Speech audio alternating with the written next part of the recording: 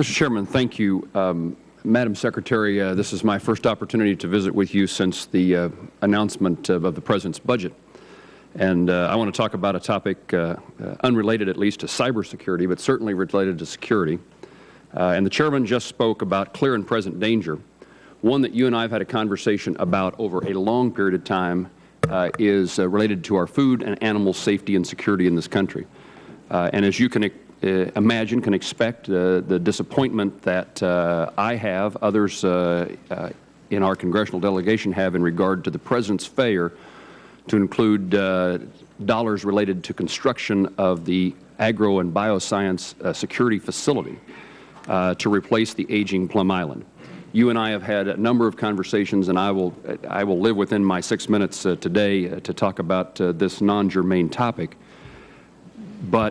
And we'll have a greater chance to visit in the Homeland Security Appropriations hearing in which you and I will be together in just a few days. But I would not want this opportunity to pass without again delivering the message to you and to the folks at Homeland Security who have throughout this process been our allies. And we consider that we have been your allies in an effort to see that a facility designed to make certain that the food and animal safety of this country is protected.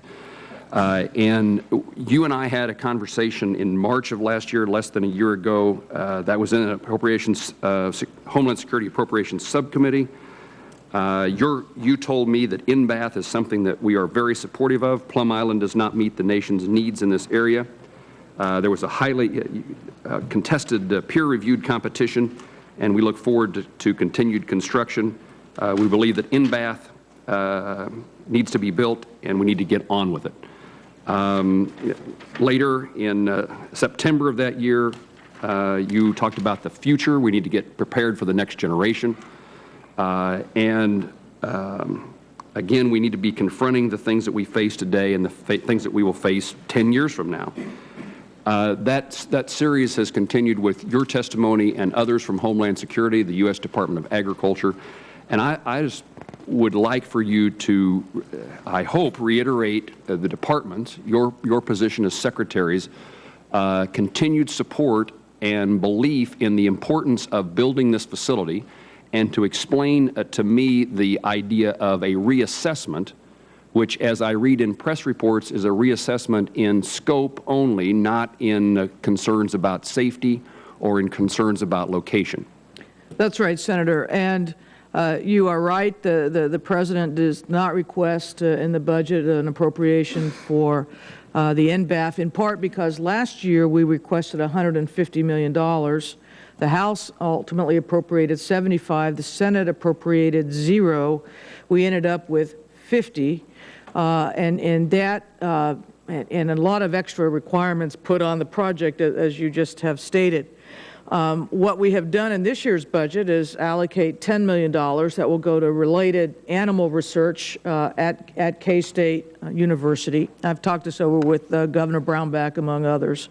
And in light of the Budget Control Act and the other changed circumstances that we have to deal with, and in light of the fact that we have not been able to persuade the Congress to really move forward in a substantial way on funding the NBAF, we have recommended that there be a reassessment in light of the BCA, Budget Control Act, in terms not of location, not in terms of need, both of which I firmly stand by the position I've stated, but in terms of scoping and what needs to happen so that this project can move forward with the right level of appropriation.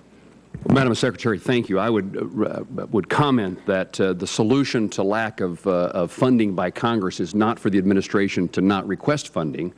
The solution to that problem is continued support and encouragement for Congress to act. As you say, the House appropriated $75 million last year. The Senate, in a conference committee, it was agreed upon to $50 million. You also are requesting reprogramming for additional planning money within this year's budget. Again, the money that's there needs to be spent as quickly as possible. I will be asking you by letter shortly to continue the funding of the $40 million that is available, is appropriated, and now as a result of the report filed this week can be spent to complete the federal share of the utility portion of this facility. Based upon what I have heard you say and what I have read that you have said, it's not about location, it's not about the site, and it may be about the scope of what will occur, but the utility pad is still important and will be necessary regardless of the scope of that project. So we're going to ask you to continue the funding that you already have committed to and are authorized to now spend this $40 million on utilities. And I would add to that point, we have appropriated $200 million, federal dollars. The state of Kansas has put in nearly $150 million. This is a partnership, and we need the federal government to continue its partnership. In fact, on the utility portion, we're waiting on the share that you are now authorized to spend to be spent.